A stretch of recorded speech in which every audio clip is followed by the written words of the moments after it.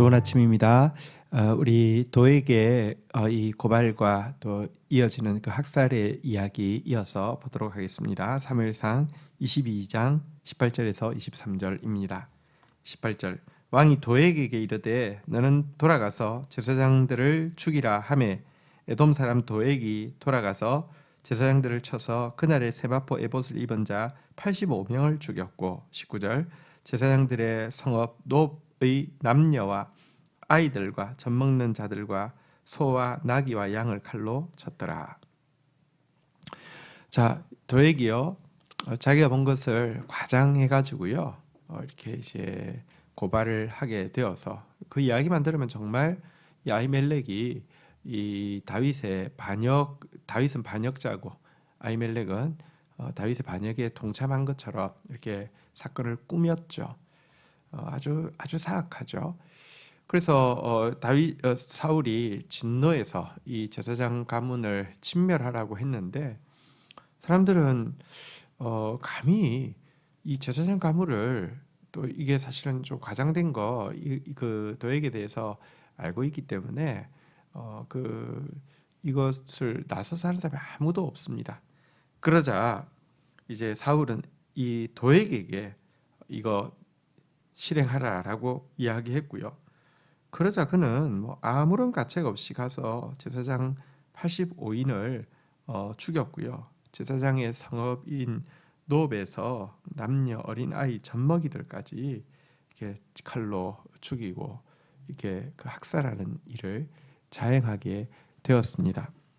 여러분 사실 도액은 이 일을 통해서 여러 가지 보석을 노리고 있었던 것 같습니다. 먼저 이방인으로 고위직까지 올랐지만 지금 이제 사울 왕에게 더 아부를 하고 사울 왕에게 더 총애를 받아서 더 높은 자리에 들어 올라가고자 하는 그런 마음도 있었을 것이고요.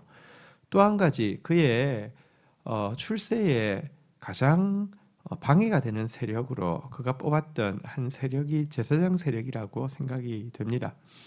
왜냐고 하면 그래도 아직까지 이제 뭐랄까요?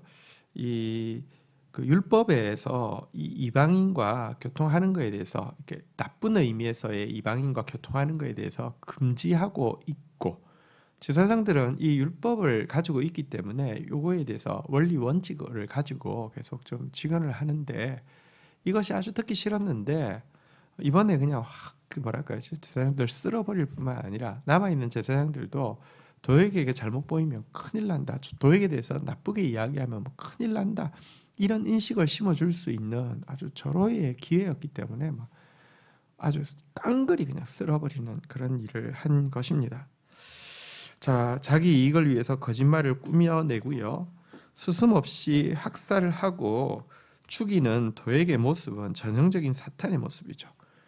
도둑이 오는 것은 도둑질하고 죽이고 멸망시키려는 것뿐이다 라고 이야기하면서 이 영적인 도둑인 이 사탄이 하는 일은 도둑질하는 거, 죽이는 거, 멸망시키는 것밖에 없다라고 이야기했는데 도액에서 그와 같은 모습을 보게 됩니다. 여기서 우리는 하나님께서 왜 이방인과 사귀지 말라고 하신지를 또 알게 됩니다. 여러분 성경에서는 이방인들을 긍휼히 여기라는 가르침도 계속되고 있고요. 또 이방인을 가까이 하지 말라는 가르침도 계속되고 있습니다. 이거는 사실은 내용상으로는 같은 것입니다. 우리 사사기서에서는 이방인들을 이렇게 함께 하지 말라고 이렇게 경고하고 있다고 하며 바로 이어지는 룻기에서는요. 또 이방 여인 룻에 대한 구원의 이야기를 이야기하고 있음을 보게 됩니다. 에스라 느헤미야서에서도 보면 이방인들과 관계를 단절하고 통혼하지 않는 것에 대해서 이야기하고 있지만 바로 이어지는 에스더서에는요 이방 왕과 결혼한 에스더를 통해서 구원의 역사가 이루어지는 것을 보게 됩니다. 그러니까 무슨 말이냐고 하면 배타적으로 그 이방인들을 멀리하는 뜻이 아닙니다. 하나님께서는 우리를 이스라엘을 구원하신 이유는 이스라엘 통해서 열방까지 구원하기 위함이죠. 그래서 약한 자들 품고 그들 돌아보라고 하는 것은 계속 이방인들을 돌아보라고 하는 것은 이방의 객과 나그네들 돌아보라고 하는 것은 율법이 강조하고 있지만 이방을 받아들이는 것, 다시 말하면 하나님의 이 지혜, 하나님의 이 법이 아니라 세상의 저세술, 세상의 우상, 세상의 기준을 받아들이는 것에 대해서는 철저히 금지하고 있는 이런 내용인데요. 하나님께서 어쨌든 이런 면에서, 나쁜 면에서 이런 이방과 함께 믿지 않는 자와 함께 멍에를 지지 말라고 했던 이유가 이 도액을 보면 알 수가 있죠. 그는 워낙부터 하나님을 두려워하는 마음이 전혀 없었기 때문에 이런 무시무시한 일들을 스스럼없이 자행하고 있는 것입니다.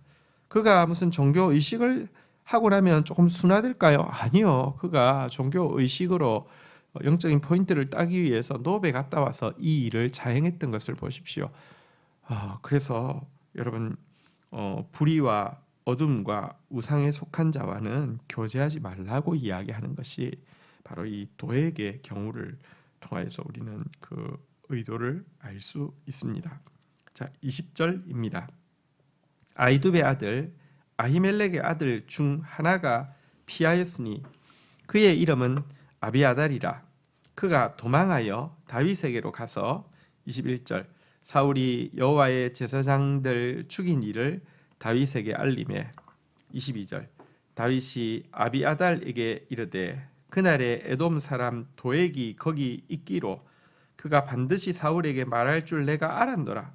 내 아버지 집의 모든 사람을 죽인 것이 나의 탓이로다.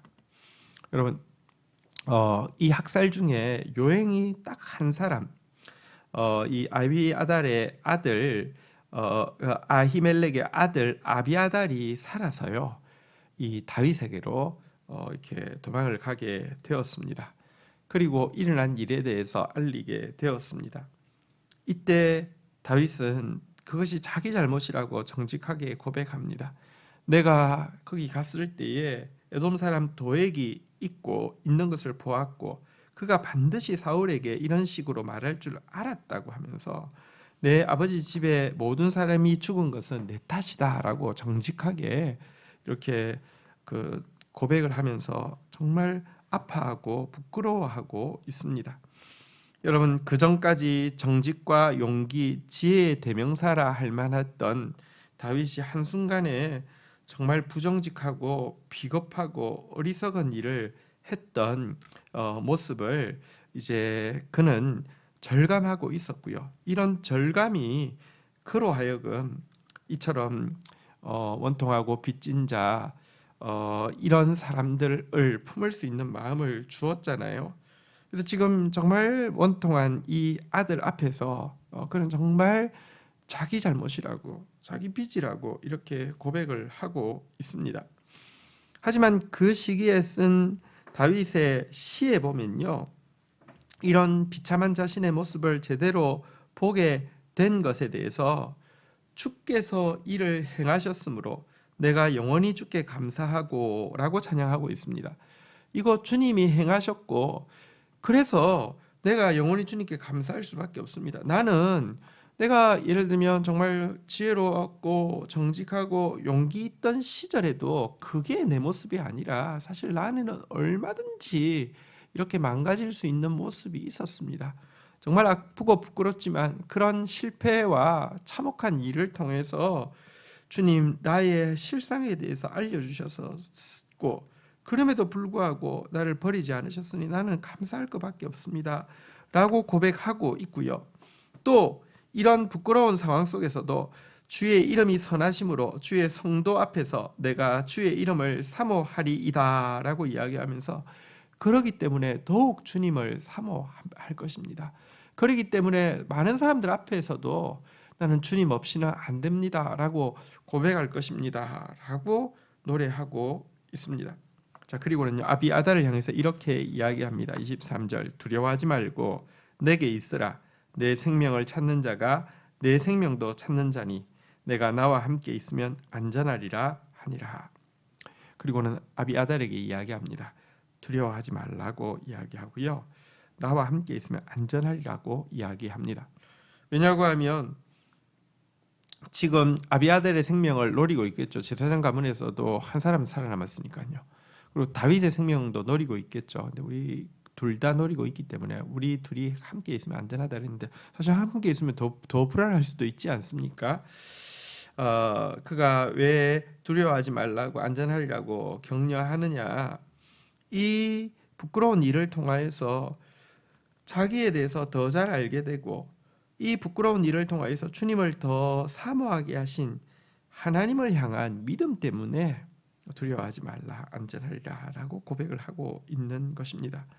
겸손하게 자기 죄를 인정하고 더욱 주님을 사모하게 되면요, 가장 위험한 자리에 있어도 가장 안전할 수 있고요, 가장 부끄러운 자리에 있어도 가장 더 성장하고 성숙할 수 있음도 이 본문을 통해서 보게 됩니다. 주신 말씀 붙잡고 기도하며 나가도록 하겠습니다. 하나님, 사악한 자 도액이 얼마나 무시무시한 악을 저지르는지를 보게 됩니다. 거짓말하고 학살하고 자기에게 방해가 되는 모든 것들을 없애버리고 그 사건을 디딤돌 삼아서 더 높은 자리로 나아가려고 하는 악한 모습을 보게 됩니다. 하나님, 우리 안에 불의와 어둠과 우상에 속한 것을 두려움 없이 받아들이고 또 그것을 이용해서라도 나한테 도움이 될 것이라고 생각하는 그런 교만한 마음들 내려놓게 하여 주시옵소서. 불의와 어둠과 우상에 속한 것들과는 교제하지 않는 지혜를 허락하여 주시기를 원합니다. 이런 요소들에 대해서는 나부터 경계하고 나아가는 자 되어지게 하여 주시옵소서. 하나님, 다윗이 이 살아남은 아비아달 앞에서 자신이 얼마나 비참한 존재인지에 대해서 고백하고, 그러나 이 일을 통해서라도 자신의 실제 모습을 알게 하셨고, 그래서 주님을 더 사모할 수밖에 없음을 알게 해주신 하나님 앞에서 부끄러움에도 불구하고 또 감사하고 있는 장면도 보게 됩니다.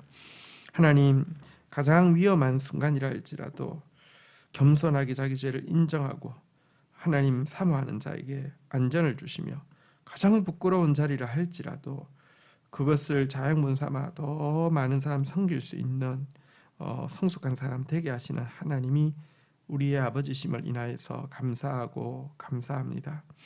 하나님, 이런 연약함과 실패를 통하여서도 주님을 향하여서 또 영혼들을 향해서 더 성숙해가는 이 모습이 우리에게도 있게 하여 주시옵소서. 오 주님, 주의 은혜 없이는 안 됩니다.